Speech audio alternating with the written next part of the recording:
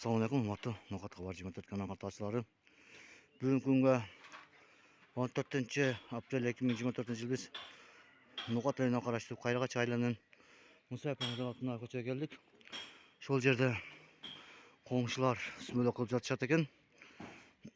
Ынтымактуу komşular eken. Karаңыздар. Азыр шорпо кайнап атат экен. Аш кылынып жатат экен. Анан сүмөлгөн болуп жатат экен. Эртең Кудай калса Аллах насип кылса 15 fevralda sümülük pişat ekem. Karağızlar, unuttuğunlar. Kettin nasıl içeri gireriz. İçeri girip kan karıştırırız.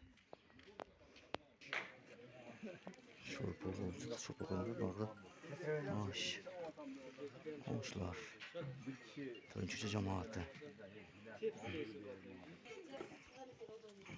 Sümülük olacak da komşular. Şöyle çat. Bu neyle çat? Bu tekempirler çat.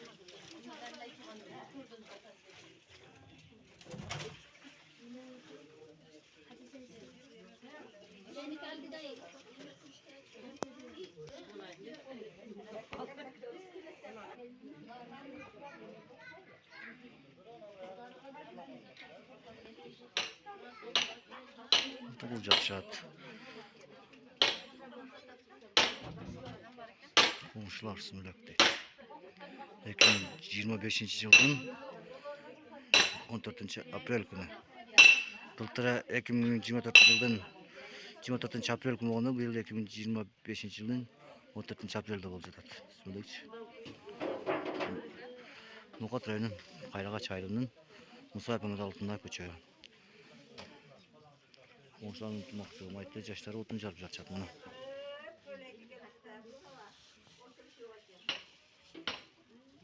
Bizden ağızlarında like basıp komentar yazıp koyun. Kudağısa erteğin ağzımda kırsı.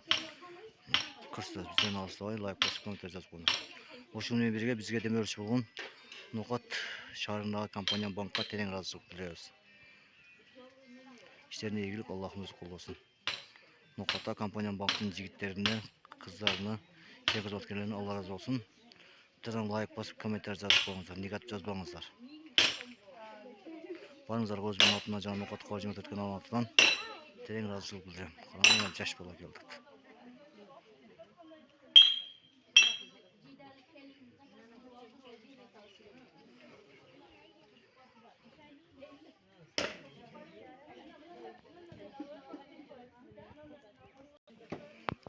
Tinç bolunuzlar, aman bolunuzlar. Daha görüşeceğiz.